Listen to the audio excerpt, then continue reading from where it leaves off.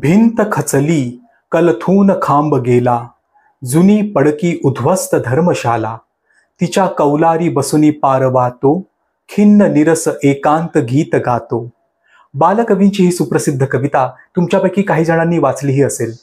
या कवितेमध्ये निसर्ग चित्रणाच्या माध्यमातून कवी आपल्या मनाची अवस्था सांगत आहे. या कवितेमध्ये एक धर्मशाळा आहे, तिच्या कौलावर एक पारवा बसलाय.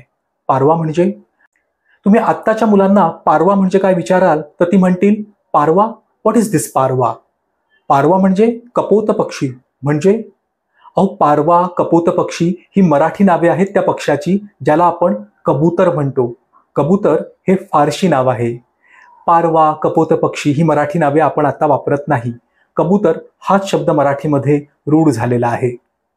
मंडळी, आजचा भाग तुम्हाला कसा वाटला हे मला कळवा. माझ्या चित्रफिती पाहत राहा, तुमची आवड नोंदवत राहा आणि ही वाहिनी अधिकाधिक लोकांपर्यंत पोहोचवत राहा. भेटूया पुढील भागामध्ये. तोपर्यंत जय महाराष्ट्र.